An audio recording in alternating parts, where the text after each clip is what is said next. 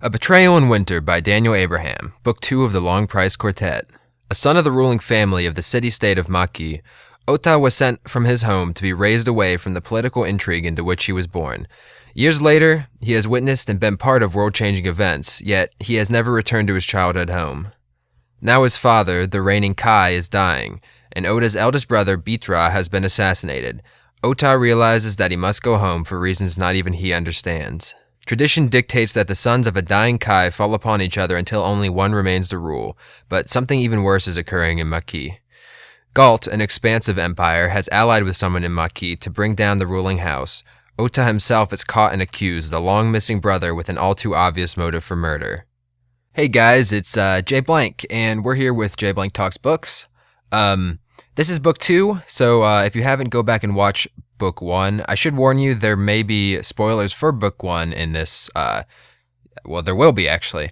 Something I forgot to mention or didn't cover enough in the first Long Price Quartet video I did. This book is atypical of fantasy in that there are not huge battles. There are actually very few battles. I'm not sure that there was a single one in the first book, and there were only minor fights in the second. That said, amazing. If you like politics, these are definitely the books for you. If you like interesting societies, all that type of stuff, buy these books. There'll be a link in the description to the Amazon. There's not that much to say different about this one. I do have to say, this is much better, in my opinion, than the first book. Even though the first book was amazing, I enjoyed this one much more. Some of the characters really flourish, I guess, although there is a very similar plot line, which kind of bugs me, but maybe that's just my personal taste. It's hard to talk about anything specifically because there's so much going on plot-wise, and I can't really talk about one thing without spoiling another, so basically, you have to buy this book. It's fantastic. I'm definitely going to read the next two. I actually have them in a edition together, so that's going to be up eventually whenever I get around to reading it. I'm very happy with this series as a whole, and I'll definitely be looking at Daniel Abraham in his other works. I think he has a different series going on right now, and I think he's an underappreciated author, so I hope you guys will support him. The whole plot of this book revolves around the idea that the ruler of the city, or city, whatever area of this place it is, when each one dies, all of his sons have to fight each other. Which is why, in the first book, Ota was sent away to this place to become a poet, because he either becomes a poet and he'll be immune to having to kill his brothers or be killed by them, or he takes the brand, which makes him unable to ever attain the rank of Kai, and it breaks his family ties, basically.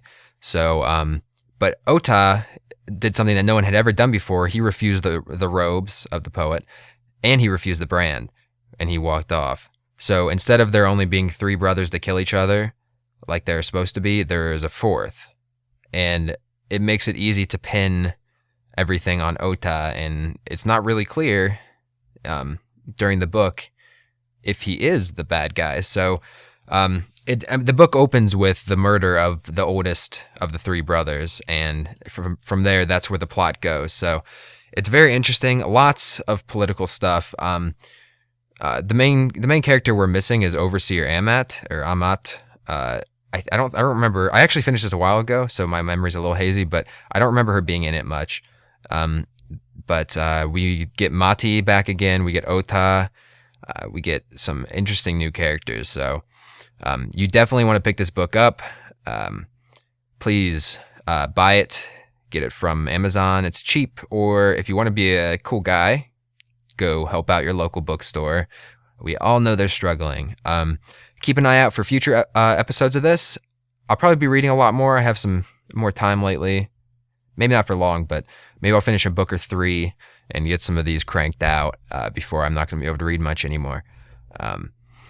Looking at what book, I can't remember the series I was going to read next. I'll probably tell that to you guys next video, but I know directly after this I'm going to finish up this quartet. I might do one video for both of the other books. I'm not sure yet, depending on how they flow. So yeah, thanks for watching, guys. It's J Blank, Talks Books. See you next time.